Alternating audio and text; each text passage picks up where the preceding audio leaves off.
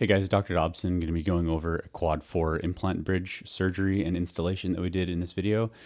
This is a photo that we took post-operatively. We placed 3 tissue level implants, and then here's a photo pre-insertion. This is the final result on the upper left here, and here's some PAs that we took intraoperatively. This patient had a failed quad 4 bridge where the 4-7 was extracted. They were left with a cantilevered 4-4 off the canine tooth, and we're going to get into the full procedure here. This is some trailer footage. We did the implant surgery. We waited 3 months for it to heal, and then we went back in and took a scan and then manufactured the bridge in-house. So here we are just closing up. And then here's the bridge itself being installed, and then we close it up. So we'll get into the footage from start to finish. Not going to be cutting out too much except for when I'm looking outside the mouth. So we'll begin with a cartridge of 1 in 200 articaine into the mandibular nerve, and we're going to be fast forwarding through a bunch of footage. And then we'll give a long buccal nerve as well, and that's pretty much going to do for the freezing. We'll wait until the lip and chin is numb before we begin working on the tissue. But the first thing we're going to do is section off that cantilevered 4-4. So I'm going to fast forward through most of this. This is something that we'll typically advise the patient that the 4-3 crown may need to be replaced at some point in the future, because cutting zirconia is likely to introduce micro fractures, micro cracks into the zirconia that can propagate to the point where the zirconia fails and fractures. So we'll advise of that, but we'll do our best to save the tooth from needing to have a crown replacement. And I'm actually going to skip through this. The distal gingiva is going to get irritated around the 4-3. So the site, the gingiva is generally inflamed because the pontic had been sitting on top of it, and maybe had not been having water pick or hygiene tools getting under it regularly. But we're still going to be okay to place our implant. We'll smooth off the distal surface of the zirconia. We'll finish off with a fine grit diamond burr, and then we'll give it a polish before we get started placing our implants. So once we're satisfied, then we will do 3 tissue punches over the sites where we want our healing caps coming out of. And this is something that we'll do to make closing up easier. In sites where there's very limited attached gingiva buccal to the implant site, sometimes we will forego using a tissue punch so that we can save that keratinized tissue and then just suture it back up so that there is more attached gingiva buccal to the implant, because that's an important thing for retaining marginal bone long term. So we'll basically just go in with our tissue punch and then use a curette to fish out the tissue before laying our flap. And we'll just lay a papillus-bearing flap with a releasing incision mesial to the 4 site and then distal to the 4-3. I think the patient probably said that they reported feeling something, so we gave a little bit of extra infiltration. And we'll just go in with a molt and reflect our flap so that we have good visual access to the buccal bone. And there's lots of bone to work with here, so it's a really good site to place implants. We're going to do this surgery free-handed. And then we're going to just place a little dimple over top of the tissue punch sites. You can usually see a little score line in the bone where the tissue punch was. And we're just going to put a dimple right in the center of that so that we have our healing caps coming right out from the tissue punch sites. So we'll do that for our 3 sites, and we're going to do the 4 site osteotomy first. And we'll go in with our round burr and then our osteotomy burr. Sometimes we'll go in with the round and get it almost to length with the round, because the osteotomy burrs typically don't have very good end cutting ability, but the round burr does. So we're going to go in pretty much to depth, planned on a 4.8 millimeter diameter by 8 millimeter length implant for the 4-4 site. And we'll take a PA to check that our our early stage angulation is good before continuing. And if we need to make any adjustments to the angulation, I'll typically use the round burr to do that as opposed to the osteotomy burrs, because they're really not very good at cutting. They're good at opening and widening osteotomies, but they don't cut very well, whereas the round carbide does. So we'll make our adjustments until we're satisfied with the angulation, and then we'll take our osteotomy burrs to length. And if we're planning on a 8 millimeter length implant, then we'll typically prep to a 9 or 10 millimeter depth on the score lines. These are great tools. These scalloped shaping burrs from Universal Shapers, just to get a good flat sort of platform to place the implant. And once we've kind of flattened out the ridge, we'll continue our osteotomy. And we're going to open it up to a 4.5 millimeter diameter to accommodate our 4.8 millimeter diameter length implant. We'll take another PA to verify angulation, and then we'll continue opening it up to 4.5. I think this is the 4.3, so the next drill is going to be our final osteotomy drill. This is the 4.5 here. So we'll take that to length, and then we will irrigate the site thoroughly with sterile saline on full power before grabbing our implant and placing it in the site.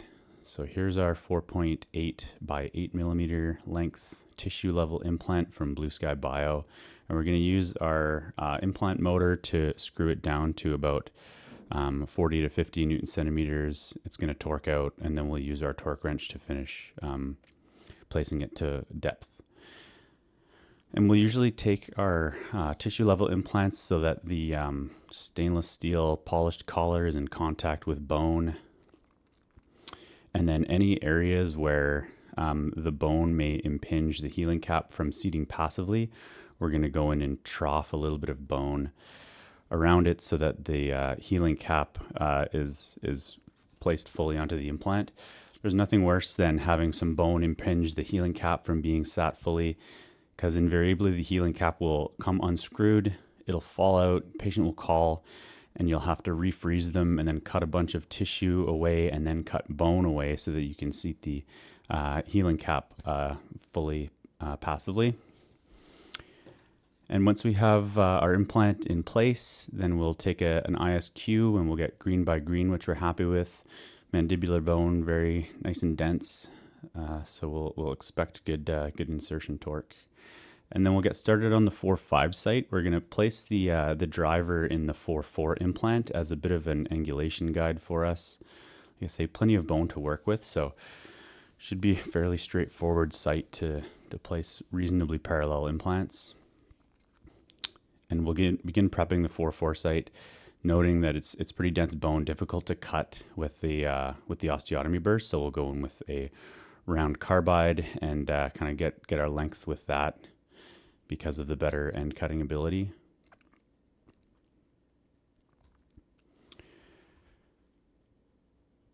And I think we're planning on placing a 10 millimeter depth implant in the 4.5 site here. So the thin line is the 8 millimeter increment line, and I think that the bottom of the thick one is the 10 millimeter. So we'll take it past the 10 millimeter, so that's buried under the crest of bone. And we'll take our burrs to length.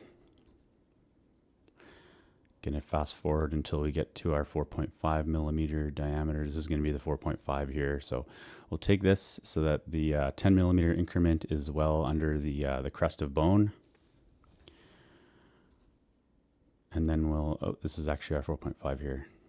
So this one's going to go to depth. And that's good there. And then we'll irrigate the site with just the implant handpiece, grab our 10 millimeter implant, and then begin placing it with our implant motor until it torques out max 50 Newton centimeters. And then if it torques out, then we'll take our torque wrench to finish placing it to depth. And it does, and so we're just going to screw it down until the polished collar is in contact with bone.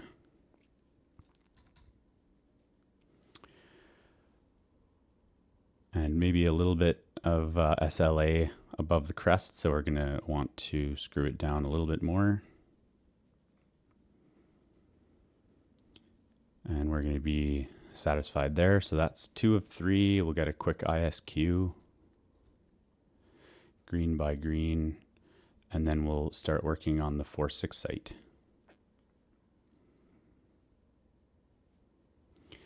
So same kind of procedure. I'm probably going to fast forward pretty quick through this one. Going to put the driver into the 4-4 implant as a bit of an angulation guide for the first couple of osteotomy drills.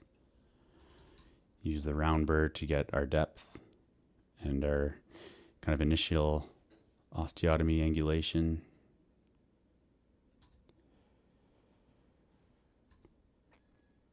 And then we'll go in with our osteotomy burrs, and I think we're going to use a 4.8 by 8 millimeter length implant for this site as well, all tissue level. And then we're also going to use the shaper drill again to make a nice little crater. And then we'll finish opening it up to a 4.5. This one's a 4 millimeter diameter. Oh, that was actually the 4.5. So we'll take our 4.8 by 10 millimeter length implant and place it in the 4-6 site until it either goes to depth or torques out on us. And I think this one goes to depth passively. So we're going to stop about right there and inspect, and that's looking good depth-wise. So the implants are all placed, and then we will get an ISQ and then trough any bone where the healing abutment might be impinging on bone. Irrigate with saline so that we can visualize the collars, and I guess we're satisfied. So we'll place our healing abutments. I like the tall ones that come out of the tissue about 2 millimeters or so that there isn't any tissue overgrowth. This is the 4-5 site, which is pretty well at tissue level already. So we'll place a 1 or 2 millimeter height healing cap. And then we'll put our last one on the 4-6 implant, and that one's going to need to be a little bit taller. So we'll grab a 3 or 4 millimeter height. And another reason that I like tissue level implants is because it just brings the restorative platform a little bit higher up. So it makes it easier to restore, more comfortable to restore, almost never need to freeze when we take a scan or even installing units. Typically like an all-on-6, sometimes we'll freeze, but oftentimes we can get away without.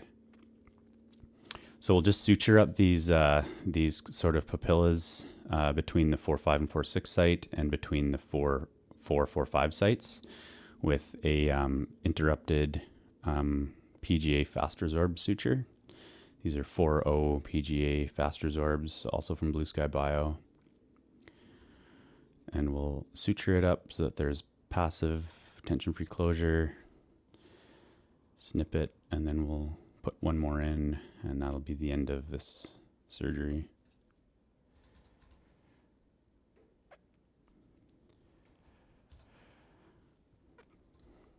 And that's pretty much, going to poke the patient's lip and apologize for that.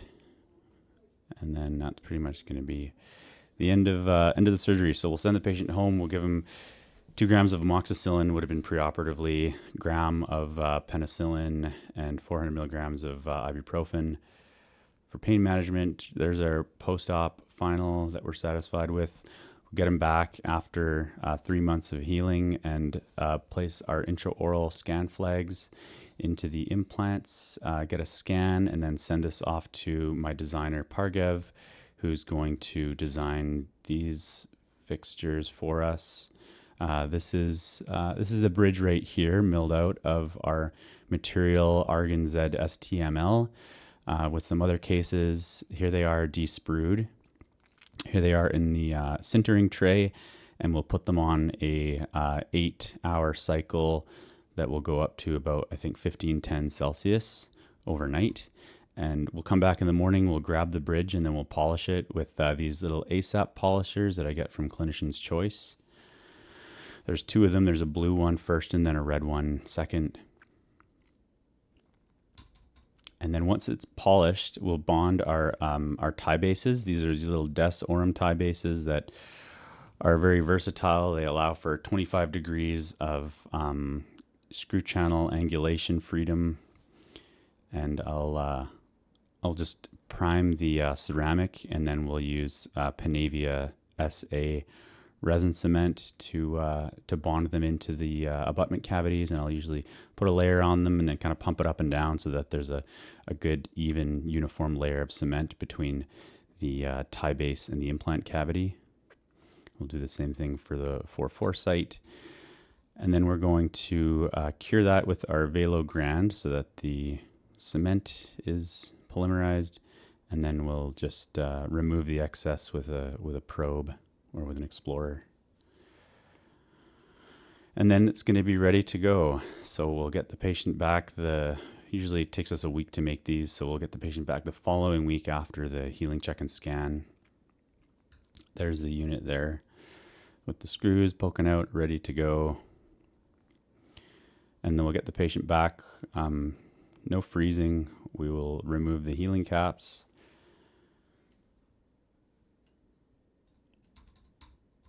And basically just plunk our bridge in and screw it down. Reasonably happy with the tissue. The 4-4 site was a little bit more inflamed, but it's nothing that we're going to lose any sleep over. We'll always give the patient a water pick anytime that we place a implant prosthetic, especially a splinted implant prosthetic. Water picks are the easiest way to clean around them. Some little fine proxa brushes and the little green brushes with the little rubber tips on them. And then we'll take our bridge and we'll screw it down to finger tightness. We'll check the bite, check the interproximal contact, and we'll make sure that all of our screws are seating, they're engaging with finger tightness. Sometimes certain ones like to go in first, and it looks like the 4-6 one wants to go in first. Then we'll grab the 4-5 and then the 4-4. We'll check the interproximal contact with floss, and then we'll torque it down to 35 Newton centimeters, and then we'll check the bite again.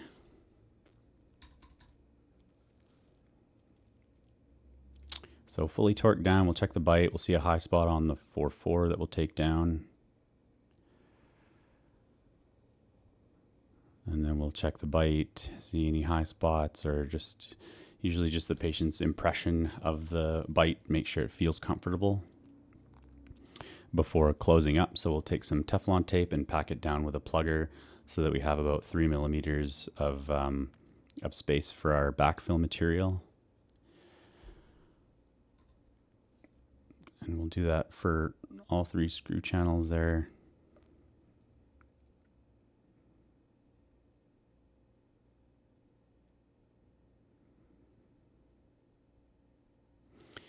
And then we'll close up with a flowable composite and plan to get the patient back anywhere from 2 to 10 weeks so that we can remove the flowable and retorque the fixation screws before restoring the screw channels definitively with Teflon tape. And then I'll use Equia Forte to close up the screw channels definitively.